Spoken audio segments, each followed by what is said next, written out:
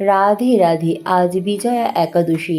যে সকল ভক্তবৃন্দগণ আজ একাদশী ব্রত পালন করছেন, ব্রতের সম্পূর্ণ ফল পেতে অবশ্যই বিজয়া একাদশী ব্রতের মাহাত্ম্য কথা শ্রবণ করুন অথবা পাঠ করুন। আর যে সকল ভক্তবৃন্দগণ শারীরিক অসুস্থতার কারণে বা যে কোনো কারণেই আজ একাদশী ব্রত পালন করতে পারছেন না, তারাও আজ অবশ্যই এই বিজয়া একাদশী ব্রত মাহাত্ম্য কথা শ্রবণ করুন। তাতেও আপনারা এই ব্রতের পূর্ণ ফলের অনেকাংশই লাভ করতে পারবেন। চলুন বন্ধুরা, তবে শুরু করছি বিজয়া একাদশীর ব্রত মাহাত্ম্য কথা। জয় শ্রীকৃষ্ণ। স্কন্দ পুরাণে এই একাদশী মাহাত্ম্য এইভাবে বর্ণিত রয়েছে। মহারাজ যুধিষ্ঠির শ্রীকৃষ্ণকে বললেন, হে বাসুদেব, ফাল্গুন মাসে কৃষ্ণপক্ষের একাদশীর মাহাত্ম্য অনুগ্রহ করে আমাকে বলুন। শ্রীকৃষ্ণ বললেন, হে যুধিষ্ঠির, এই একাদশী বিজয়া নামে পরিচিত। এই একাদশী সম্পর্কে একসময় দেবর্ষি নারদ স্বয়ংভূ ব্রহ্মাকে জিজ্ঞাসা করেছিলেন। তিনি এই প্রসঙ্গে যা বলেছিলেন তা আমি এখন তোমাকে বলছি। এই পবিত্র পাপ বিনাশকারী ব্রত মানুষকে জয় দান করে বলে বিজয়া নামে প্রসিদ্ধ। পুরাকালে শ্রীরামচন্দ্র 14 বছরের জন্য বনে গিয়েছিলেন সীতা ও লক্ষ্মণের সঙ্গে। তিনি পঞ্চবটী বনে বাস করতেন। সেই সময় লঙ্কাপতি রাবণ দেবী সীতাকে হরণ করে। সীতার অনুসন্ধানে রামচন্দ্র চতুর্দিক ভ্রমণ করতে থাকেন। তখন মৃতপ্রায় জটায়ুর সাথে তার সাক্ষাৎ হয়। জটায়ু রাবণের সীতাহরণের সমস্ত বৃত্তান্ত রামচন্দ্রকে জানিয়ে মৃত্যুবরণ করে। এরপর সীতা উদ্ধারের জন্য বানররাজ সুগ্রীবের সাথে তিনি বন্ধুত্ব স্থাপন করেন। ভগবান রামচন্দ্রের কৃপায় হনুমান লঙ্কায় গমন করেন। সেখানে অশোক বনে সীতাদেবীকে দর্শন করে শ্রী রাম প্রদত্ত অঙ্গুরীয় অর্থাৎ আংটি তাকে অর্পণ করেন। ফিরে এসে শ্রী রামচন্দ্রের কাছে লঙ্কার সমস্ত ঘটনার কথা ব্যক্ত করেন। হনুমানের কথা শুনে রামচন্দ্র সুগ্রীবের পরামর্শে সমুদ্র তীরে যান। সেই দুস্তর সমুদ্র দেখে তিনি লক্ষ্মণকে বললেন, হে লক্ষ্মণ, কিভাবে এই অগাধ সমুদ্র পার হওয়া যায় তার কোনো উপায় খুঁজে পাচ্ছি না।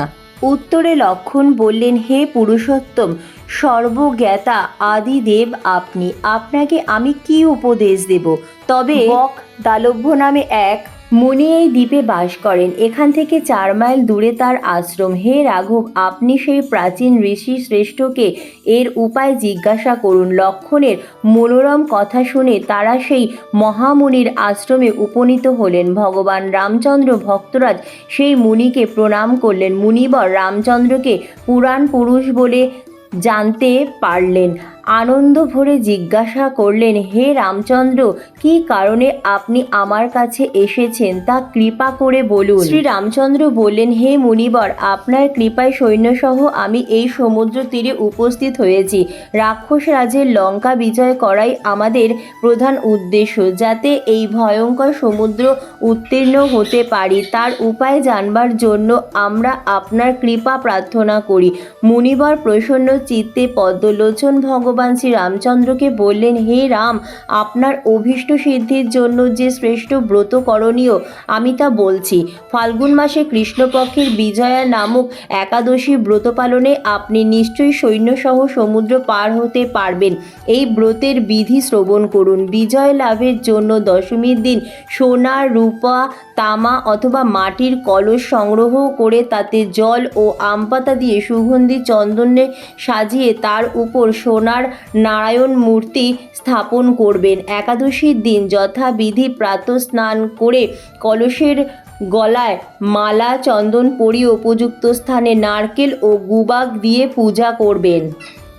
এরপর গন্ধ, পুষ্প, তুলসী, ধূপ, দীপ, নৈবেদ্য ইত্যাদি দিয়ে পরম ভক্তি সহকারে নারায়ণের পূজা করে হরিকথা কীর্তনে সমস্ত দিন যাপন করবেন। রাত্রি জাগরণ করে অখণ্ড ঘিয়ের প্রদীপ প্রজ্বলিত রাখবেন। দ্বাদশীর দিন সূর্যোদয়ের পর সেই কলস বিসর্জনের জন্য কোনো নদী, সরোবর বা জলাশয়ের কাছে গিয়ে বিধি অনুসারে পূজা নিবেদনের পরে তা বিসর্জন দেবেন। তারপর ওই মূর্তি বেদজ্ঞ ব্রাহ্মণকে দান করবেন। এই ব্রত প্রভাবে নিশ্চয়ই আপনার বিজয় লাভ হবে। ব্রহ্মা বললেন, হে নারদ, ঋষির কথা মতো ব্রত অনুষ্ঠানের ফলে তিনি বিজয়ী হয়েছিলেন। সীতা প্রাপ্তি, লঙ্কা জয়, রাবণ বধের মাধ্যমে শ্রীরামচন্দ্র অতুল কীর্তি লাভ করেছিলেন। তাই যথাবিধি যে মানুষ এই ব্রত পালন করবেন তাদের এ জগতে জয়লাভ এবং পরজগতে অক্ষয় সুখ সুনিশ্চিত জানবে। হে যুধিষ্ঠির, এই কারণে এই বিজয়া একাদশী ব্রত পালন অবশ্য কর্তব্য। এই ব্রত কথার শ্রবণ কীর্তন মাত্রই বাজপেয় যজ্ঞের ফল লাভ হয়। হরে কৃষ্ণ। রাধে রাধে।